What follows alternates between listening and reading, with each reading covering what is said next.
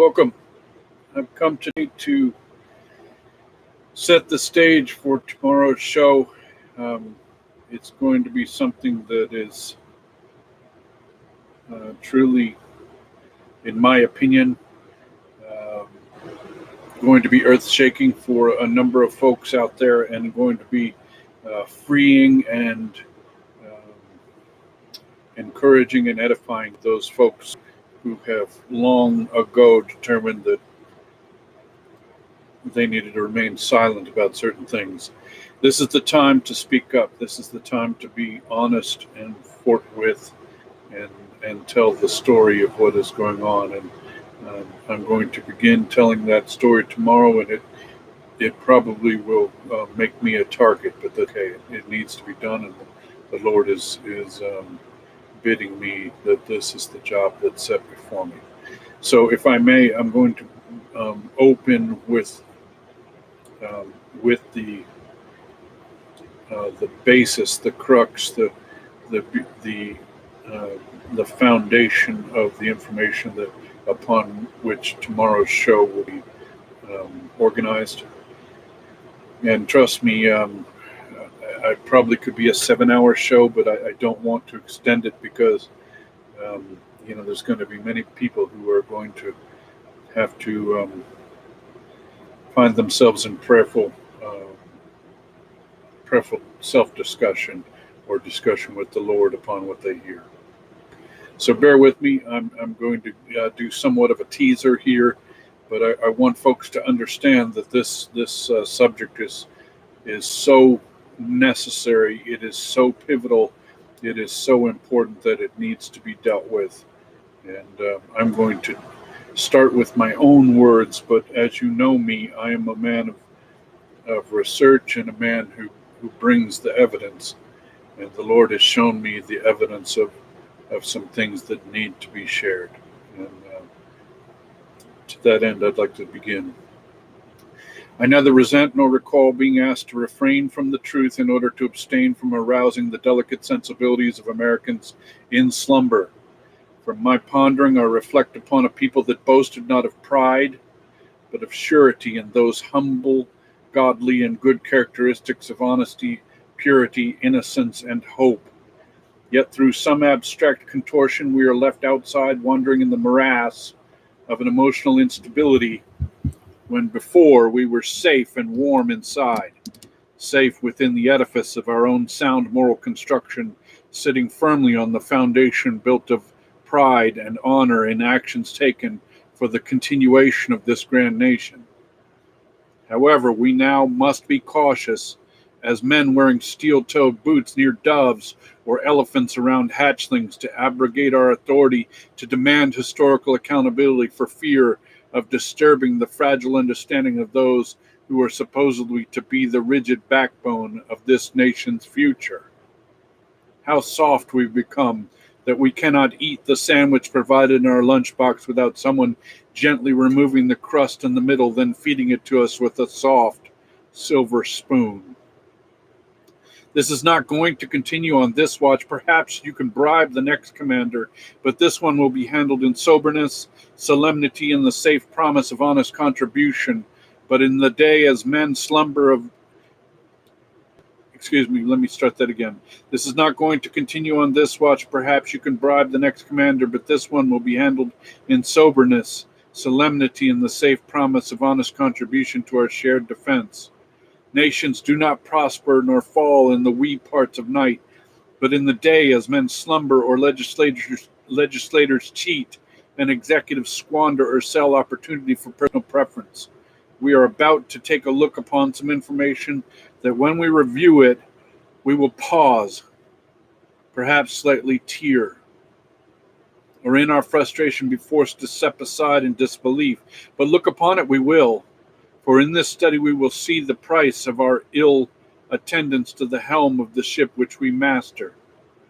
They practiced repeated, planned, and studied subterfuge, with designated and devastating results that remained hidden from populations general by those representatives elected to warn us, prepare us, and defend us from the same. What is God to you? No, to you alone, not some mention from the family history or a story you've reflected upon in familial rites of participation. Is he sovereign? Is he all powerful, omniscient, and kind, or is he just an attendant somewhere out beyond the horizons of space? Why, you say, must I answer that question? Because, my friend, it is entirely pertinent to the understanding of the measures taken against this great nation, as they were perpetrated with the express understanding and intent of destroying those with a belief in God and subjugating all those within his creation. To what? To rites, rituals, and authority of those specifically named as enemies of God. You may not wish to believe it, you may even turn away, but this information is so convincing, so intense, that to do so you will have to forget your own curiosity.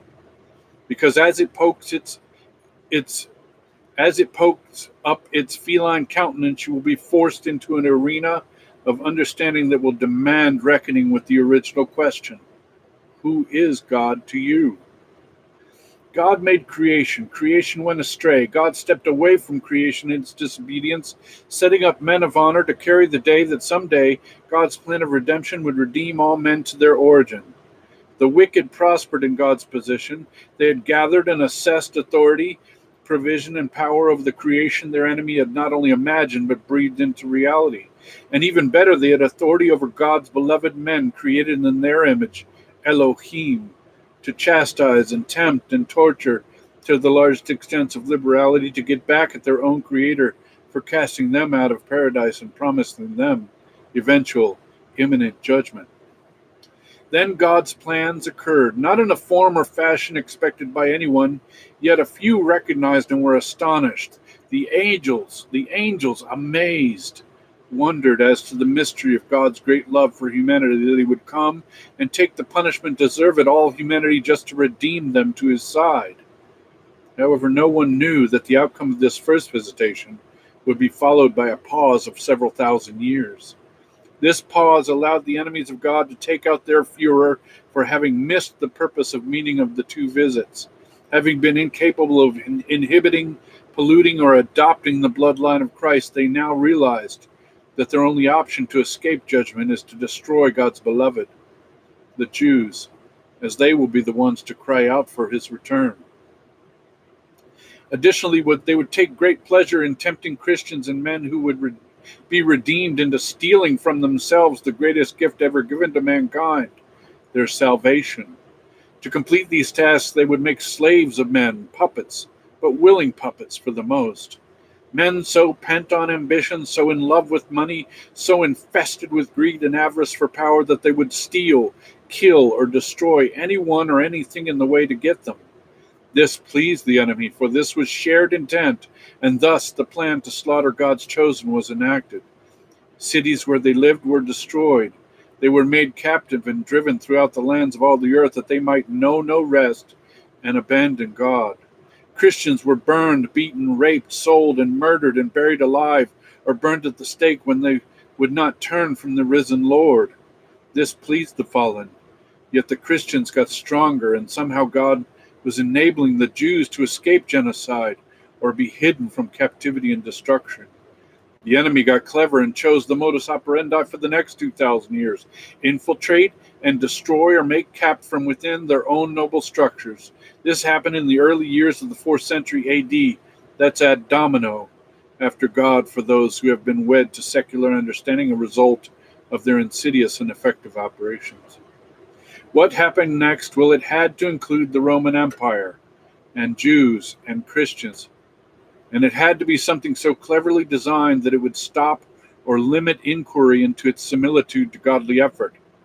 Pontifex Maximus, that was the term of the highest priest in the pagan faith that was Rome. Typically of noble birth, maybe even Caesar himself. This person was Maximus, great Pontifex, bridge. The great bridge between man and the gods, not the God of Abraham, Isaac, and Jacob, but of the idolized, mythical gods created by man's own hand or imagination. With this person came the rite of ritual prostitution on altars, Yule logs representing sacrifice of our newly born children, Gnosticism, the study of enlightenment through superior education and glorifying self in replacement of the true God worshipped by Christians and Jews of that day. They convinced the leaders of faith that they should join the emperor's table, having meat and plenty, even a fair share of coin placed in their purses for being part of the state's religion, swearing success upon the basis of multiculturalism and tolerance, that all would be accepted to the enlightened table that was Rome. And their leader took his place as their emperor, telling everyone that he was Pontifex Maximus of the new Christian faith of Rome. To legitimize history requires that they quickly looked for ways to incorporate everyone that might be uncomfortable. They were scholars, so they claimed a lineage to Peter, as his spirit inspired an understanding of Christ being Messiah, the cornerstone, was easy to misinterpret and claim that Peter, meaning pebble, was in fact the rock upon Christ which he would build his church. Never mind that Rome had executed Peter and Paul circa AD 65 for refusing to confess. They just conveniently convinced people that the line was unbroken, and this was the Church of Rome. They, of course, had to destroy the synagogues and small poor churches that were the true church in Rome because it was across the river in the bad part of town. So they just relocated and destroyed the evidence, claiming that Pontifex Maximus and the pagan faith of Rome was now Christian and thus consistent and entitled to Christ's authority and deity, which is what they called themselves, Holy Romans. Never mind the term Pope wasn't used for the first 1,000 years of the Roman Catholic Church. They still proclaimed Peter the first Pope to seal the theft for their permanency. What they never anticipated in their divisive claims to deity is that Christians with the internet would come along 1,700 years later and see their deception for what it originally intended, a theft of Christianity through infiltration and assimilation. What this did to Christ's church is unforgivable for most and simply tragic in the hearts of all God's beloved. Oh, and let's not forget that this charlatan organization now had to do everything in its power to locate, harass, torture, defame, and kill the remaining remnant of the Jews. But they never counted on God. They never misunderstood his devotion and his participation in the lives of Christians and Jews. He sustained, protected, blessed, and grew them throughout the ensuing centuries. But the lust for power would never be quenched, not for the fallen and certainly not for the expendable men who would offer their entire lives to achievement of this vile tasking. What ensued was a constant war for the domination of humanity, brought about by the church administration and duly appointed messengers of that effort. The secret societies of men trained, designed, and educated and provisioned to infiltrate every nation and deliver them to the control of the Holy See, the all-seeing eye of Osiris. For this was not the faith, eye of Horus, For this was not the faith built of suffering saints in Christ, but the wealth-accumulating, population-controlling, self-ordaining mechanism of empire. Claiming they were representatives in the noble families that surrounding the structure they were in was the fact of the direct bloodlines of Christ himself in direct conflict to Scripture. Deals were made to set up outposts of Holy Empire throughout the ministries, fiefdoms, and principalities of men, that they might pay their allegiance, their tax, and their tithe to the empire that was Rome. You see, Rome knew she was dwindling in power and needed a new method of capturing the people's love and enforcing their obedience. As testimony to their pagan organs, they planted the obelisk from Egypt directly in St. Peter's Square, a monument to the god of their true worship, Lucifer, the sun god, the morning star, the bright one, Osiris's penis, having been cut off by his brother, lost and found, and placed in its rightful place, the Pindar, in the holy womb of Rome. Oblations were sold, taxes gathered, and servants beaten or burned alive in the case of Martin Luther for daring to question these departures from Scripture. Many look back and say there were not so many problems for the church in the first 1,000 years. Wars, famines, murders. No, there were not so many when Carolinians took up the scepter of recording their own version of history as the deified rightful leaders of Rome. Nothing prohibited them but the word of God, and claiming themselves direct descendants of children of Christ, claiming him a liar and married to one of the faithful by his side. Never more than a stride away from the advice and influence of the secret Rosicrucian Gnosis in its camouflage of its red cross.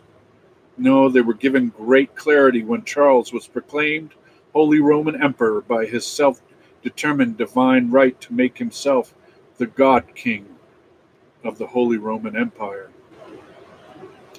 This worked. It brought together the concept of Rome that had been squandered and laid in wait since 476, when the Western Roman Empire fell, an end to roughly 400 years of snuffed empire, diminished to the estates of the few wealthy who in remembered glory had sustained the myth of Rome. Now it was something new. Having been mixed with the clay of God's own believers, the Christians, it now became the second life of the Roman Empire, mixed with holiness and stolen holiness of God by the Church Romanus. But what happened next we scant remember. The Crusades began, the desired glory to return Rome to her former wealth, power, and prestige at the center of Christianity, though that had always been Jerusalem or Antioch or somewhere in Turkey. They needed crusades to the Holy Land to return that authority, and for crusades they needed soldiers, knights of mystic capacity, yearning for glory and victory in God's holy name. They needed bankers and priests to raise funds, entitle lands, and build castles, monasteries, and the church, demanded churches and libraries to fulfill their Gnostic quest for enlightenment and gather the power of education within the church as lawyers, scholars, and kingmakers. The Templars arrived, the priories of Sion and the Hospitallers, the knights who carried with them the blessings of the church that worshiped many gods, some of them men. The sheer cost of lives and men was worth it to restore the glory that is Rome, but at this point it was not Rome. Well, the Holy Roman Empire of 960 to 1806 was primarily German. Yes, it concluded most of Italy. Those lands changed hands as times. The bulk of the Holy Roman Empire were the lands of Germany and surrounding Prussian, Austrian, and Hungarian lands. Oh, we didn't know this? Well, look it up. Das Heilige Römisches Reich mit seinen Geleitern. That is the Holy Roman Empire of the next 900 years of German origin, leadership, and location. It is the First Reich of Germany. Oh, now we see why Hitler called it the Third Reich. But that begs the question of the second. In due time, my friend, in due time, there is 900-year period where war never left Europe and the surrounding landmasses. A constant quest to jockey and measure to regain the land that had once been Rome caused men to spend all their treasure and the lives of multiple generations trying to win the day for Rome. Along the way, the church got really clever, and at some point, when the lands owned by the Pope had been overrun, they moved the papistry to France, Avignon. Conveniently, during this time, the Pope and the King of France, who owed the Templars a lot of money and wanted to prohibit them from starting the country they were about to form with that money, framed them, burned them at the stake, and assimilated all their treasures, lands, buildings, and soldiers into the surrounding kingdoms, most of which went to France and the Holy See, assimilated to wear their uniforms with a little bit different red cross on them, but similar. These groups had become a powerhouse with which to be reckoned because warfare became something of intrigue rather than just military prowess.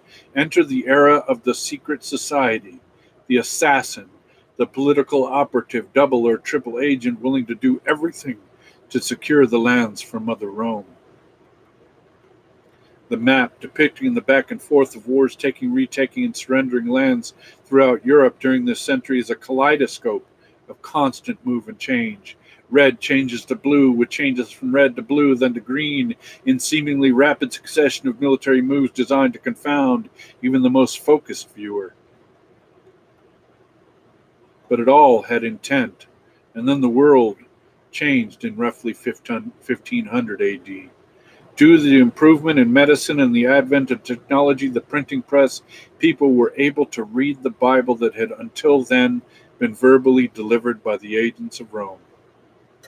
This was the outset of Reformation, a Reformation that would become the sole quest of Rome for ensuing 500 years to recover these territories, smash those rebels, and capture those escapees who no longer called themselves Catholic. It began with the destruction of their own Martin Luther for daring to ask thoughtful and convicting questions of his own about church actions. This evoked a violent and arduous response by the Pope to smite this rebellion in its infancy, what the Emperor Constantine had so cleverly captured through infiltration and assimilation. The Pope would quickly lose by returning to the age-old practices of torture, re-instruction, banishment, and public execution. What Satan learned early, he seems to have abandoned late in the game. When you persecute Christianity, it grows, and grow it did. Protestantism and Catholicism were spread around the globe, and with the advent of technology came the capacity for logistics and travel that had never before thought achievable. Distant lands were now there for the capturing. Raw materials, agricultural, fish, and fineries lay before the hands of avid travelers. This promoted many problems for the Pope, but also provided previously unavailable opportunities. In the 1500s, the world became the playground. Instead of simply Europe and the landlocked Mediterranean nations, but something else had transpired within the last 100 years that equally changed the struggle's topography. In 1453, the eastern half of the Roman Empire was shattered by an assault on Constantinople, and it toppled. The Pope in Rome suddenly became the man with the plan. He alone would be Pontifex Maximus, the vicar of Christ, the sole heir to the Roman ascendancy. What we in the West were never told is that the remainder of the Eastern Roman Empire moved to Moscow. That's right, the faithful, the Catholic, Orthodox believers of Rome moved to Moscow now that the Muslims had invaded Turkey. This infuriated the Pope, and he swore with his planners that they would get it back at all cost. Russia would once again be part of the city of, that is Rome, the empire of the sun god, and of course Jesus as well, that too. Around that time, there were several kingdoms that had grown too large or too independent of Rome. One of those was Spain, and to some extent even Italy had rebelled against papal authority. The corporations of admiralty allowed them to prosper beyond the control of Rome, and you see, Rome wasn't getting the respect or their piece of proverbial incoming pie. But in the corporations, Rome saw the legal dimensions of an answer to the dilemma of independence. Their legal scholars had long understood the superiority of Roman law above all national or state courts. Rome, through the corporations, knew how to conquer new lands as they had done for thousands of years with noble family investors and designated authority. Caesar had given his seal to those going forth to conquer new territories, and as they did so in the name of the deified God King, having authority to buy, steal, conquer, execute, and extort whatever goods, property, slaves, and lands they came upon with complete liberality, as long as they knew that they had to only dance with the God that sent them, Caesar. This provided the Holy Roman Empire the opportunity to spread Catholicism at the tip of the spear as these corporations traveled globally in the quest for more. This brought the battle for Christianity to the high seas as Catholic kingdoms fought against the Protestant counterparts in a determined effort to recapture them and to spread their faith further and farther than the rest. To the Pope's grand consternation, the Americas and South Americas were roughly open to Protestant believers. It was unacceptable and would be severely countered. But how? That is the part that is really going to shatter your known world. The secret societies of Catholic Jesuits plotted to use Freemasons, Jesuits, British, Knights of Malta, banks, and whatever other like-minded groups they could direct to launch revolutions in the following countries in the order to win them back to Catholic faith. The Americas, France, Spain, Portugal, Italy, and Russia. The proof of this is rock solid, but it will challenge your continuous idea of the world into a messy set of bloody plots and steps taken to plant the idea of revolution in the minds of men and women, well, frankly, alike, like our ancestors who were Quakers, pilgrims, Protestants who had come here to escape the prison of Catholicism and state religion.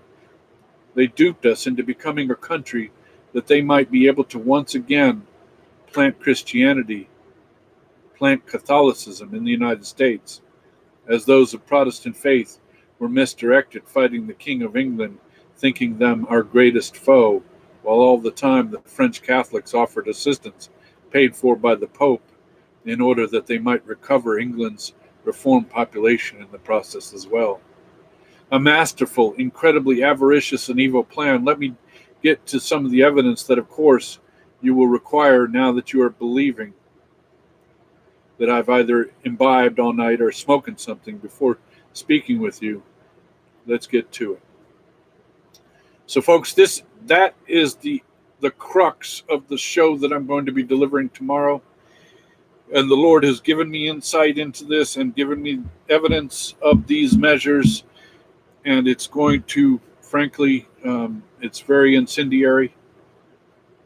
And it's going to be very difficult information for those of Catholic faith to handle. And I wanted to give you a brief shot across the bow of what's going to happen tomorrow, that we might understand that these Q drops that must be addressed have never been addressed because people are dancing around them. They're afraid to directly deal with the issues surrounding the Catholic Church. And the Lord has directed me that those things must be dealt with.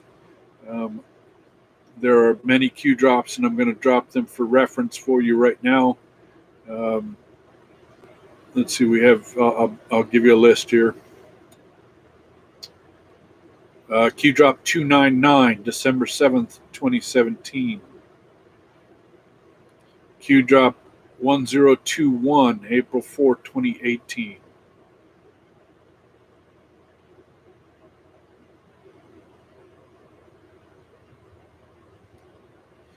Let's see.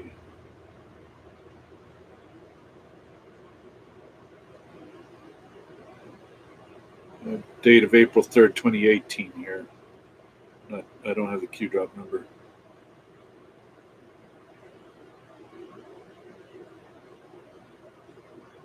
But those things need to be dealt with, and we're at that point when the plan is going to be turning towards those issues that needed to be left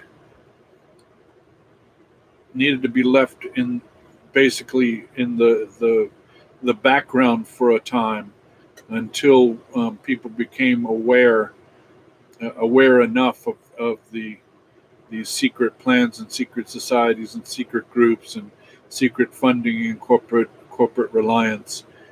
But we're at that point. We're at that juncture, and the Lord has bid me bring this information forward. And so I have to ask you folks, I need prayer. I've been under assault for the last 2 weeks over this issue.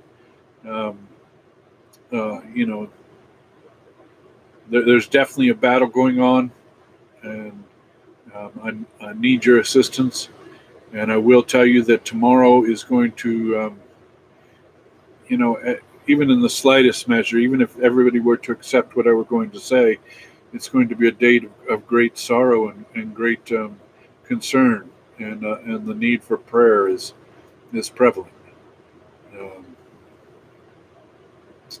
I hope you scroll back to the beginning and you listen to that piece and you understand what the Lord had me write last night, because I've been doing the research and putting all this together this week, and for the life of me, I had to sit down last night at midnight and say, Lord, what do I do? How do I relay this? How do I come at this? It's a 5-dimensional piece of pizza pie. You don't know where to cut and what piece to take, and what piece to take first. So as Caleb often does, I'll just try to eat the whole pie at once. I'm sorry. Well, we got to have joy, folks. If we don't have joy, this thing is just going to burn us out. So let's have joy. And there's going to be an enormous amount of information. God willing, I will be able to relay all this information tomorrow. And I know that He is, regardless of how inadequate I am, that's irrelevant. He's going to give me exactly what I need to deliver it. But if you listen to that first piece, you can see that there definitely is an incendiary potential here. And so we need to pray for calm and understanding and reflective hearts and prayer. And I thank you for your time, and I don't want to utilize too much of it today. Tomorrow is going to be a banner show, and I would imagine that tomorrow I'm going to be just being rational, being realistic. The Lord did not give me the spirit of fear, but of love, power, and of a sound mind. I'd have to say that that tomorrow is going to be. Yeah, Scott, you're totally right. There's too much to put into one opening piece. If I get too detailed, but you're right. If you look at 1025, if you look at when the Magna Carta was written, the people never teach one of the most important things of the Magna Carta, and that was that the Jews had no rights under the drafting of the Magna Carta. It was 1215, excuse me, and that the Jews depended solely upon the benevolence of the king. And so the king utilized their capacity to be able to sell in usury for their own advantage. And that's why the kings shuffled around the Jews many times, because Rome demanded that they not make money off of usury. And so the Jews became the scapegoat, which is they're often used for. And so we're not taught that stuff, folks. And we're not taught that in 1039, the Pope, who was a lawyer, determined that persona ficta was the way to subjugate German law. And that's how Germany was the entire Holy Roman Empire. I mean, Northern Italy, Austria, it was mostly German lands. Look up a map, 960 to 1806. And you will see that it was German. And so when they talk the Third Reich, they're talking a recreation of the Holy Roman Empire, which is the First Reich.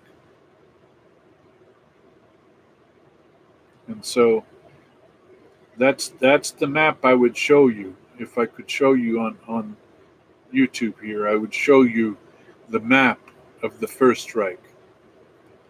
Das Heilig Römisches Reich.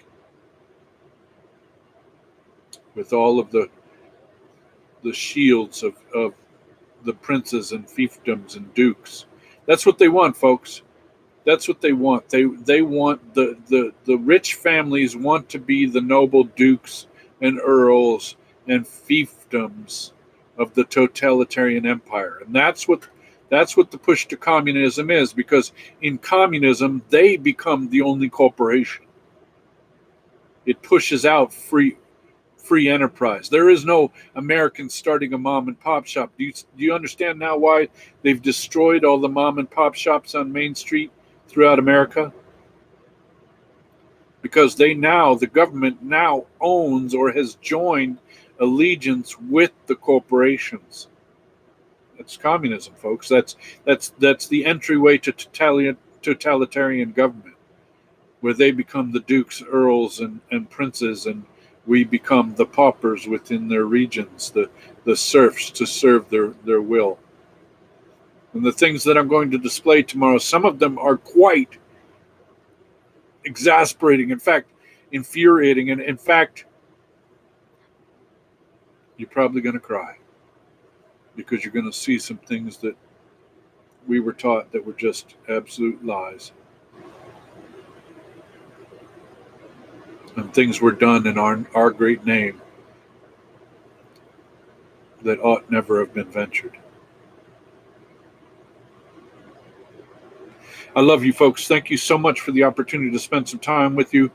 And I pray that this has been helpful, and I look forward to having a show tomorrow, and God willing, everything will glorify His name and exalt His holy name, and He will be edified in the process. And yeah, I think, Scott, you're totally right. I think everything is converging, and that's why the Lord is having me do this show, because this is the time of convergence. It all has come together. And Charlemagne was 800. Charlemagne was the recreation of the Holy Roman Empire. That was, in my words, and I'm not saying that the Lord has chosen me to reveal those things from Daniel that were sealed up, but when you look at the empires that were listed in Nebuchadnezzar's dream, you look at the empires that were listed. Rome broke into two, which was the eastern and western halves of the Roman Empire, and then it conformed into the feet mixed with clay. And I personally believe that a statement that we always make in the church really gives credence to this, and makes it very easy to understand that He is the potter and we are the clay. So it was mixed with Christianity. It was mixed with the clay. It was mixed with us believers, and Satan got smart. He stopped trying to murder Christianity or murdered the Jews. He just folded them in and assimilated them. If you can't beat them, join them. And unfortunately, the Lord stepped in about 1500 AD and said, look, my plan, because this is my plan, and so all of your stuff is going to start falling apart, and here's how it's going to happen. And so the last 500-600 years have been the telltale part of this story, that Reformation, what allowed the Church of Philadelphia to come into being, allowed the Church of Laodicea to be the lukewarm church that misunderstood the Lord because they don't know Him. They deny the power therein. They don't know the Holy Spirit. They've never been taught. They've never accepted it. So I will be doing this show tomorrow, and I have to tell you, there's just so much information, folks. I won't say something like that. But clones could be effective. Lord, help you if there were clones of Caleb. Heaven forbid. Oh, Lord. I love you guys, and it is sad news. It's very upsetting news, and it also calls me to really pray for those beloved, those true believers within the Catholic Church who have been led around by this leadership that is truly demonic and truly puppets of the enemy, who have taken control of the largest Christian body of believers in the planet. And the evidence is pretty compelling. It really is pretty compelling. I can't wait to share it with you. It's going to take hours to lay out, and I've already had people. You wouldn't believe it. I've had 2 people already say that, "Oh, I need to bust in the middle of your show and give some kind of announcement or a half-hour presentation." I was like, "I see you, enemy. You don't want this to happen yet. I see it."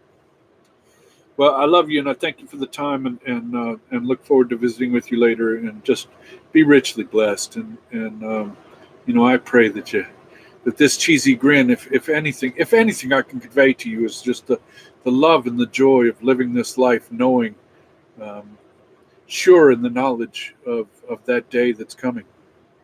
I mean, that's what gives me joy, is that none of this really matters except that it's just the training ground to get us prepared for that day. And so I love you all, and I thank you for coming, and want to wish you a wonderful day.